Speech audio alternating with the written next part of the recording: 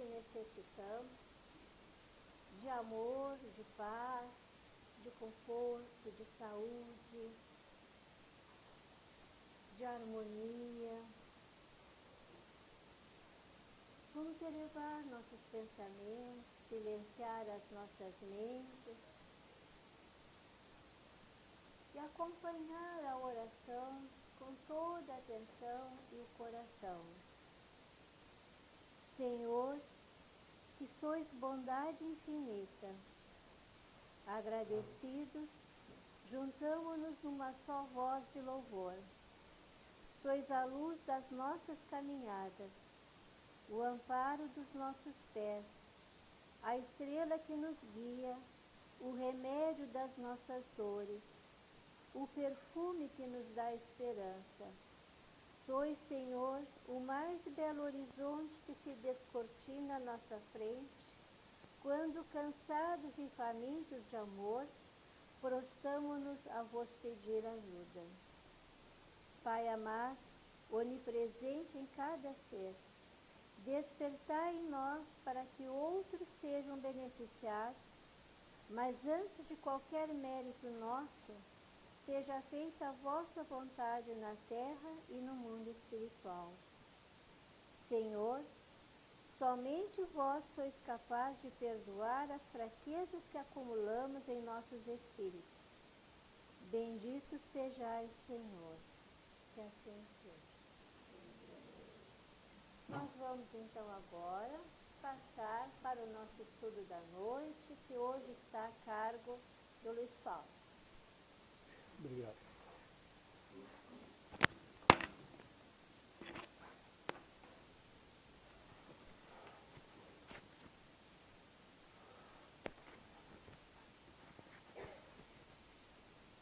Agora fiquei nervoso.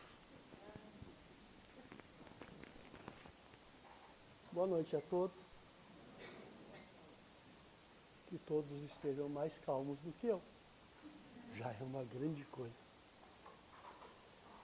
Na noite de hoje, nós passamos a estudar um novo livro.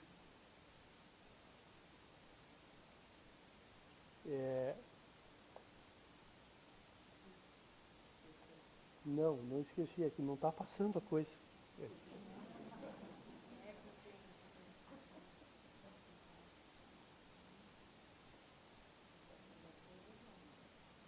Tá, agora vai passar. Chegou um espírito amigo aqui e me socorreu. Nessa noite nós passamos a estudar um livro chamado Jesus no Lar. Está ali ele. Não é um livro famoso. Ele foi psicografado em 1950. Mais ou menos na mesma época que foi psicografado, por exemplo, o Nosso Lar, que todo mundo conhece. Né? Os Mensageiros, Entre a Terra e o Céu, Missionários da Luz. Mais recentemente, Ícaro Redimido, são livros que ficaram famosos. E esses livros que não ficaram famosos, ficam meio atirados nas estantes e pouco se procura eles. Então, a nossa diretora do departamento doutrinário, nossa companheira Carla Fabres, achou esse livro e nos colocou como livro texto. Foi uma surpresa incrível, para mim pelo menos. Porque é um livro que está dentro de nós. Ele está dentro de todas as pessoas. E a nossa fala de hoje, o nosso estudo de hoje, na esperança que cada um daqui, ou pelo menos uma grande parte, venham a ler esse livro, que é realmente muito interessante, muito didático e muito explicativo. Então, nessa nossa alegria de ter encontrado esse livro, que não ficou famoso, até a capinha dele assim é meio... Né? Hoje em dia os livros espíritas recebem uma edição muito bonita, com capas muito bem trabalhadas. Né? E esse espírito que ditou para Chico Xavier, Neio Lúcio, ele é conhecido em pequenas mensagens dedicadas a crianças principalmente, e essas mensagens curtinhas que a gente usa naqueles livrinhos de bolso. Em livros maiores assim, ele realmente não é muito famoso. Hoje nós vamos estudar, então, o capítulo 3º, que nos ensina já de primeiro uma coisa muito importante, que até nos dias de hoje nós estamos aprendendo. Nos ensina o culto do Evangelho no lar. Então, há 20 séculos atrás, Jesus já se reunia com seus amigos e apóstolos para discutir as coisas divinas. Isto era o Evangelho no lar. Então, em uma ocasião, Jesus se foi a Cafarnaum e ficou hospedado na casa de Simão Pedro. Tudo a gente tem que anotar. Por que Jesus se hospedou na casa de Simão Pedro? Porque ele não tinha dinheiro para pagar hotel. E às vezes a gente fica se lamentando quando tem que fazer uma viagem agora no Natal para passar com os netos e com os amigos em outras cidades, e a gente se lamenta se não tem dinheiro para o hotel, vai ter que ficar hospedado na casa do filho ou algum outro parente. Jesus só se hospedava na casa dos outros. Nós já dissemos aqui uma outra ocasião que em todas as pesquisas que fizemos a respeito de Jesus, uma coisa que nunca se fala de Jesus, nunca, é que ele tivesse na roupa bolso ou que carregasse bolsa. Porque ele não tinha nada. Jesus era extremamente pobre. Então, quando ele foi a Cafarnaum, ele se hospedou na casa de Simão Pedro. E lá na casa de Simão Pedro, que eles iniciaram, por assim dizer, o culto do Evangelho no lar, que tantas vezes nós apregoamos, as nossas entrevistadoras recomendam para as pessoas iniciarem a fazer. Quem não sabe, nós temos uma equipe que vai até a casa da pessoa e ensina como fazer o Evangelho no lar. Então, hoje aqui nós vamos fazer alguns comentários a respeito de um dos primeiros evangelhos no lar realizados na Terra, há 20 séculos passados. E qual foi a repercussão dessa fala, dessa meditação, dessa conjectura do Evangelho na casa de Simão? E o que isso chegou a nós? Como é que isso está em nossos dias? Então, Jesus, reunido na casa de Pedro, começou o Evangelho. Oraram, toda aquela métrica que a gente ensina aqui, a nossa equipe vai nas casas para ensinar, e Jesus abriu a conversa. Sara, que era esposa de Benjamim, um criador de cabras, muito importante, porque os amigos de Jesus quase todos eram pescadores, mas Benjamim era criador de cabras. Então iniciou Jesus a falar e ela diz assim, copiamos a pergunta. A ideia do reino de Deus em nossas vidas é realmente sublime. Todavia, como iniciar-me nela? Agora aí entra Sara e entramos nós. Prestem atenção. Não consigo desculpar os que me ofendem. Não entendo uma vida em que troquemos nossas vantagens pelos interesses dos outros. Sou apegada aos meus bens e ciumenta de tudo, o que aceito como propriedade minha. Paro. E pergunto, quem tem filho aqui, levante o braço, por favor. Quem tem netos? Levanta assim que eu tenho 5. Para quem que nós queremos as melhores coisas? Na escola, onde estudam nossos filhos e nossos netos, tudo corre bem. Até o momento em que alguém mexe com um filho ou um neto nosso. Aí a gente esquece, não adianta disfarçar. Esquece todos os princípios de caridade e vai lá para a escola falar com a supervisora, jogando já a culpa no outro. Porque nós somos assim. Nós não trocamos as nossas vantagens, nós somos apegados aos nossos bens. Nós valorizamos demasiadamente esse tipo de coisa e não conseguimos compreender exatamente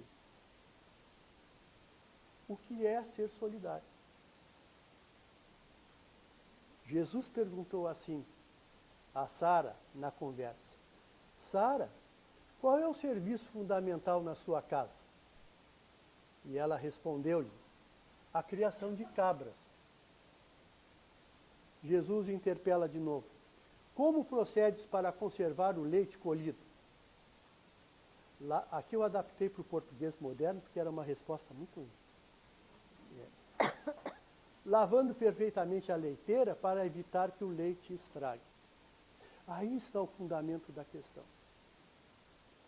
Imaginem naquela época, há 20 séculos atrás, onde nós não tínhamos geladeira, não tínhamos fogão a gás para ferver o leite, que a gente compra ali no Venino, que tem que ferver, né? E não tínhamos geladeira para conservar.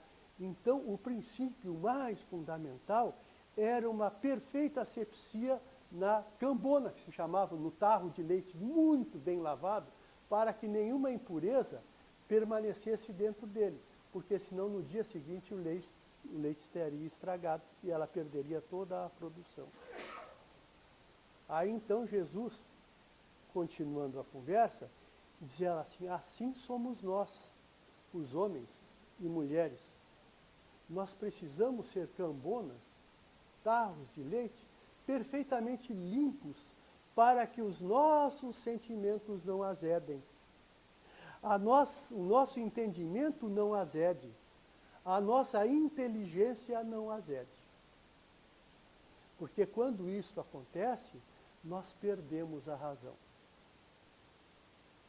E aí, voltando aos nossos filhos e netos, quando nós vamos no colégio, cobertos de coragem e já achando o provável culpado daquele incidente, e lá a supervisora, carinhosamente, muito educada, nos mostra o que aconteceu realmente. E aí nós temos o dissabor de reconhecer que o errado era o nosso neto ou o nosso filho. Ah, como chato! Como é chato! A gente pede desculpa por um dever de ofício. Mas a gente vai para casa ainda, quem não faz isso, por favor, levante o braço. A gente vai para casa ainda achando, não, mas eu acho que ela exagerou um pouco. Não era bem assim. Então nós ficamos justificando a ação do nosso ente querido, porque nós temos o nosso sentimento azedo. E o sentimento azedo, ele só tem capacidade de ir até ali. Ele não é abrangente. Mas isso era lá no tempo de Jesus. Isso era lá no tempo de Jesus. Então não precisamos nos preocupar. Pois bem, vou lhes contar agora um fato verídico e verdadeiro, ocorrido aqui dentro desta casa Recanto de Luz. Estávamos nós em uma reunião mediúnica. Imagino que todos saibam o que seja uma reunião mediúnica. É uma reunião onde se reúne um grupo de pessoas, alguns com o atributo da mediunidade, e nesta reunião nós conversamos com espíritos. Espíritos doentes, espíritos benfeitores, espíritos malfeitores, e procuramos acomodar a coisa toda. Nesta reunião, então, conversava eu, não estou trazendo o morto como testemunho, porque eu estou aqui e não desencarnei ainda. Conversava eu com um espírito que se vangloriava de poder manipular as pessoas que vêm aqui. Nós. Se eu manipulo, eu faço o que quero. Eles obedecem tudo que eu... E eu defendendo os meus netos. Estão entendendo? E aí, por quê? Ele disse assim, porque todos todas as pessoas, é evidente que ele foi exagerado, porque não são todas as pessoas, mas são a maioria, todas as pessoas se deixam convencer à medida que a gente descobre alguma coisa no seu íntimo que ela ou tenha vergonha ou não tenha capacidade de gerenciar. E aí a gente as domina. E faz com que elas fiquem doentes, com que elas fiquem desequilibradas, que cheguem em casa, briga com o marido, ou com a mulher, ou com o vizinho, ou que se milindra aqui dentro da casa mesmo, com um companheiro ou outro. Aconteceu outra coisa, fiquei tão chateado, não vou falar mais. Aí ele pega, culpa todo mundo e para de trabalhar na casa, uma série de coisas que vão acontecendo. Levei muito tempo para chegar a um acordo com esse espírito. Felizmente chegamos a um acordo. E depois disso, recebo este exemplar para estudar e fazer esse trabalho daqui hoje. E logo achei 116 saras aqui. 116 saras. Todos nós que estamos aqui, porque todos nós temos a mesma dificuldade que teve Sara. Não consigo me desculpar com os que me ofendem. Não é isso que nós fazemos? Às vezes, depois de decorrido algum tempo da ofensa, nós até conversamos em casa, aquela conversinha que tem na cama quando a gente deita com a nossa mulher ou com o nosso marido, e dá aquela conversinha assim, e aí a gente, mas eu acho que eu fui duro demais com fulano, e aí uma semana, 10 dias depois, a gente até pede uma desculpa assim meio, passa como quem não está vendo nada, diz assim, desculpe aí foi mal. Né? Mas nós não temos o sentimento, é natural nosso. Nós somos espíritos em evolução, nós somos criaturas que estamos aprendendo a todo dia. E 20 séculos passados, depois que Jesus deixou a lição, nós não aprendemos ainda. Nós não aprendemos ainda. E não é com o nosso vizinho, é também com os nossos filhos. Porque quando um filho nosso faz a primeira coisa, alguma coisa que nós não nos agradamos, logo o que fazemos é a repreensão, antes da conversação. Somos todos nós aí. Somos todos nós. E os que não são, porque ainda não são casados, ou serão no futuro. Porque somos todos nós ainda vasos muito sujos, cambonas muito sujas, que talhamos o leite do amor, o leite dos sentimentos. E aí nós justificamos assim, não, eu amo todas as pessoas, exceto ele. Porque ele é muito chato. Mas basta uma coisinha de sujeira na nossa intimidade para que nós possamos, viemos a cair sempre no mesmo erro. Se nós odiamos uma pessoa, nós temos capacidade para odiar todas. Não existe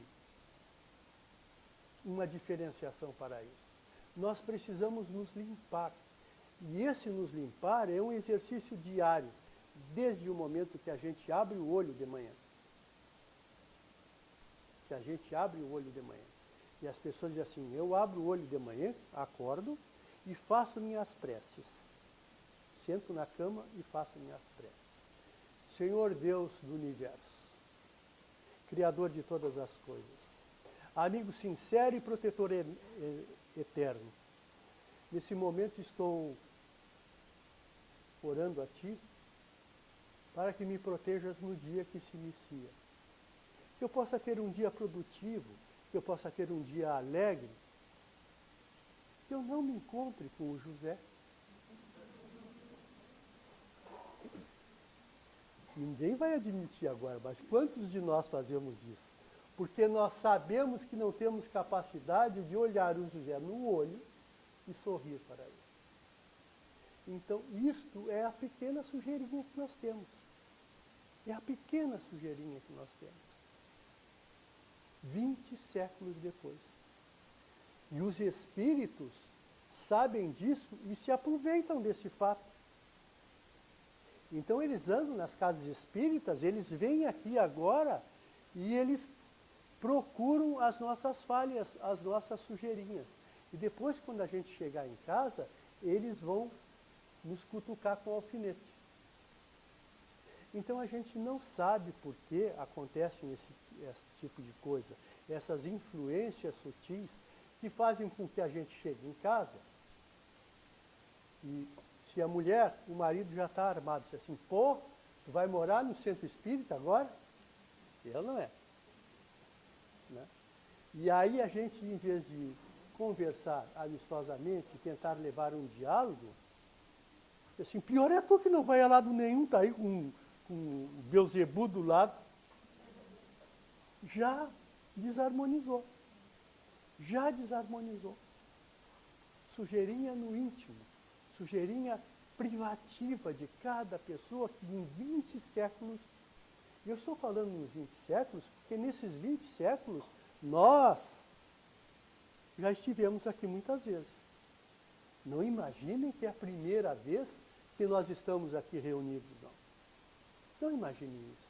Nós já tivemos centenas de vezes aqui na Terra, com o coração sujo, fazendo coisas que não devemos, ou não precisaríamos fazer. E esse interesse é que nos traz esse livro, Jesus no Lar, onde Jesus vai dando ensinamentos para serem meditados depois, e ver o que disso, o que dessas coisas que ele fala, nós ainda fazemos. A impaciência, a intolerância, o desentendimento, a desarmonia, o desequilíbrio, nos levam a doenças. E quanto maior for o desequilíbrio, quanto maior for a desarmonia, atrás dele vem o câncer.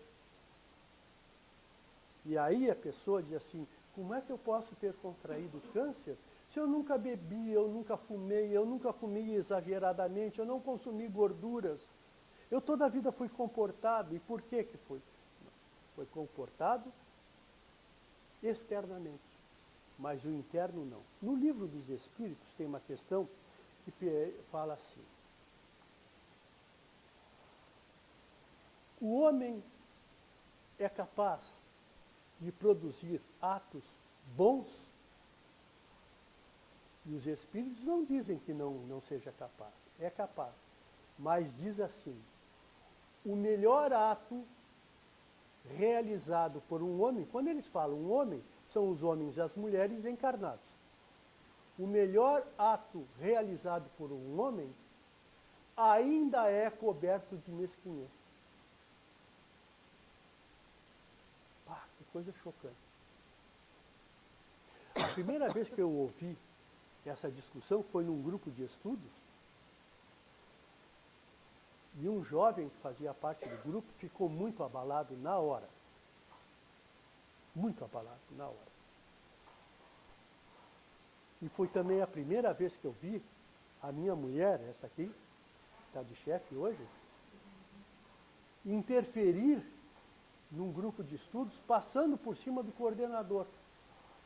Porque o rapaz ficou muito abalado com isso, da palavra mesquinho. E ele era um jovem que estava se esforçando para ser bom. Então ela veio em socorro, com um jeitinho, quem conhece ela sabe como é que é, ela botou tudo no trilho direitinho. Mas é uma verdade, tudo nós fazemos por mesquinhez. Tivemos aqui alguns anos atrás a visita de um conhecido palestrante a nível nacional. E ele, depois, conversando conosco, já mais descontraído, ele disse assim, quando eu morrer, se alguém me encontrar no umbral, todo mundo sabe o que é umbral, né? Se alguém me encontrar no umbral, pode afirmar sem medo de errar. O Jacó está aqui trabalhando, porque não estarei aqui pagando por nenhum mal.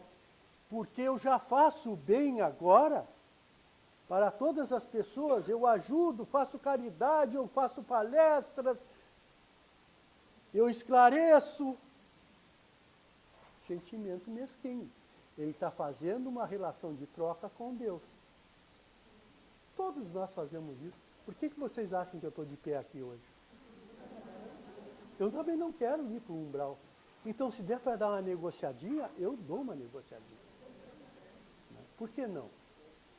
Às vezes, quando a gente não dá uma negociadinha e morre, pela 35ª vez vou repetir, todos nós vamos morrer. Não mantenham falsas esperanças. Todos nós vamos morrer. E aí a gente chega lá do outro lado, vai ter um espírito, que é o chefe da triagem, e aí vai perguntar assim, o que tu fez? Acho que não fiz nada. Mas se não tivesse a oportunidade de fazer, eu disse, não, eu fiz, mas o Luiz Paulo um dia falando disse que todos os nossos atos são mesquinhos. Então, se não vou fazer nada, porque se é mesquinho, mas teria que ter feito mesmo com sentimento de mesquinharia. Porque já abrandava. Não, ele fez. Para fazer eu acho que a minha conta lá deve ser grande, porque eu barganho diariamente. Né? Mas é melhor barganhar do que não fazer nada. É melhor seguir os ensinamentos de Jesus, que estão embutidos no meio das frases que ele dizia. Jesus nunca dizia nada claramente, porque quando se fala claramente, logo, logo a gente esquece. Agora, quando se fala por simbologia, a gente passa interpretando aquela simbologia uma vida inteira. E nós passamos interpretando a simbologia que Jesus nos deixou e pouco realizando. E pouco realizando.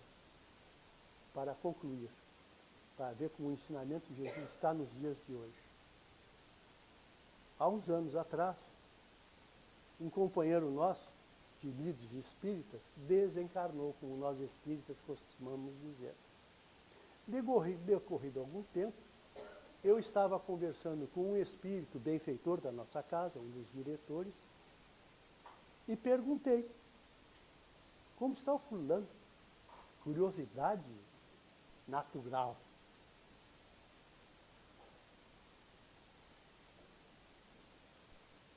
Ele poderia estar melhor.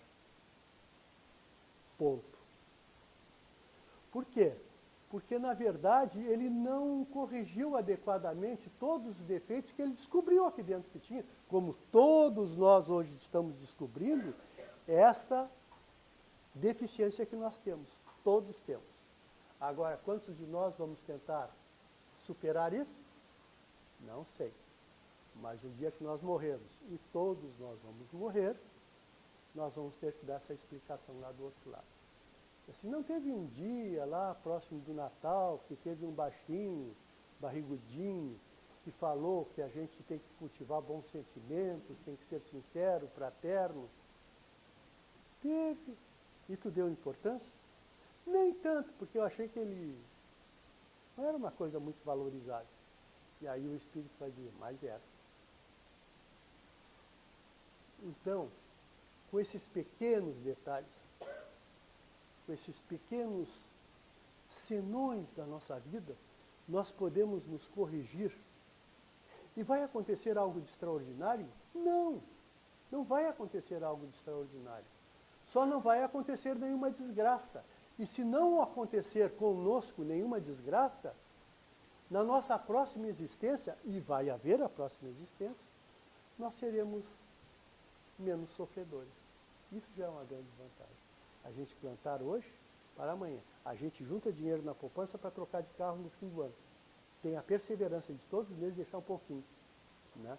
Até os professores que estão recebendo parcelado, eles botam um pouquinho na poupança ainda, para comprar o carro. Mas a gente não põe um pouquinho de amor na nossa poupança?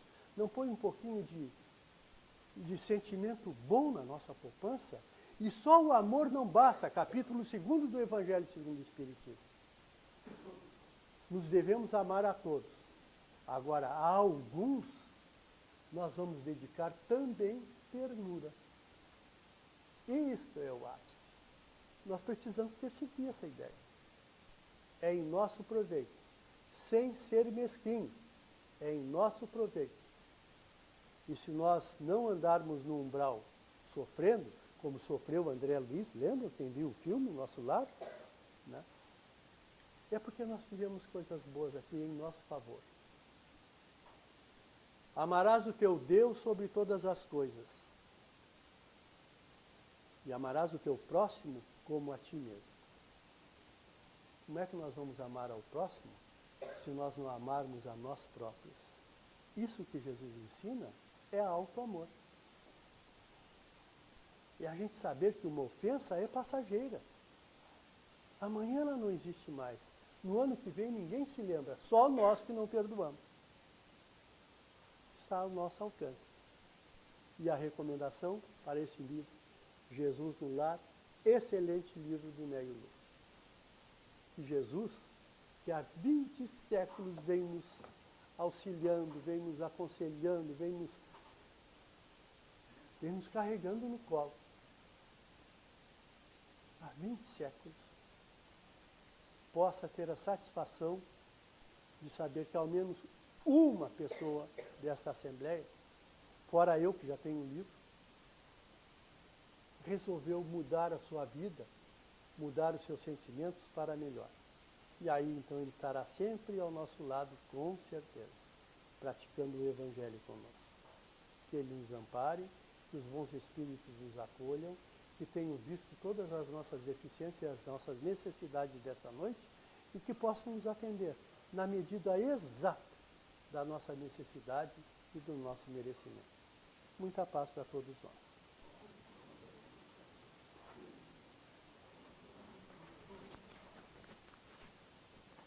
Então vamos nos recolher novamente em prece. Nós vamos orar agora por todos os nomes que foram trazidos aqui, solicitando preces por saúde, por bem-estar, por equilíbrio. Vamos orar por todos. E aqueles também que nós conhecemos, que necessitam também de preces, necessitam também de saúde, necessitam de bem-estar. Que os bons amigos espirituais os socorram e os amparem. Oremos então. Pai nosso Senhor amigo, ajuda-nos para que possamos compreender as coisas que encontramos neste novo mundo. Dá-nos força para que a nossa alma culpada de erros passados possa encontrar no amor o refúgio sagrado para o trabalho fraterno. Deus, não importa onde tu te encontras, se ainda não te vemos, mas se ontem eras para nós um mistério, hoje, vivendo e trabalhando, sentindo-nos vivos e bem-vivos após a morte do corpo, como podemos duvidar da tua bondade e do teu amor? Abençoa-nos, ó Deus, que assim seja.